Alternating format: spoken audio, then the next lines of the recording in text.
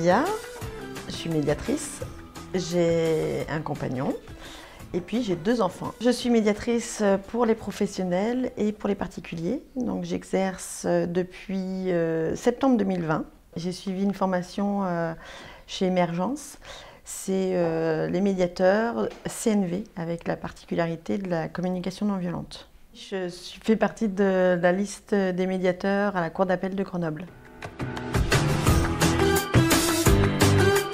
Pour les particuliers, j'interviens en médiation de couple, des couples qui manquent de fluidité, de dialogue, où il y a beaucoup de disputes, donc je les aide à retrouver de la sérénité.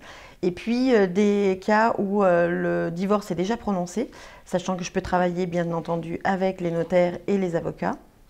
Et puis je vais jusqu'à l'accord de médiation qui partira au juge des affaires familiales. Également lorsque les personnes sont déjà divorcées depuis longtemps mais le dialogue est rompu, voilà, souci de garde, ça génère beaucoup de frustration.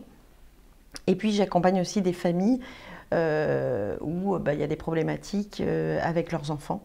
Donc là c'est remettre du dialogue et trouver des solutions. Dans le cadre des entreprises, j'interviens lorsqu'il y a des conflits interpersonnels, par exemple avec des associés, entre associés. Ça peut être, avant d'être associé, c'est à quoi on s'engage en s'associant, mais également lorsqu'il y a dans un contexte conflictuel, soit entre services, soit avec un manager, avec des salariés, entre salariés. Alors, j'aimerais développer la médiation en entreprise parce que la médiation pour le dialogue social, c'est important. C'est un outil efficace qui remplit les conditions de la QVT et les risques psychosociaux également. Donc, ma perspective, c'est effectivement de développer, faire connaître la médiation d'entreprise et puis faire des formations sur la gestion des conflits. Où je trouve qu'en entreprise, il y a actuellement avec la pandémie, les personnes perdent du sens au travail. Il y a peu de communication, beaucoup de frustration, on le voit sans arrêt. Et c'est vraiment remettre des dialogues. Et donc j'ai l'exemple d'une société où vraiment l'équipe, elle était vraiment scindée.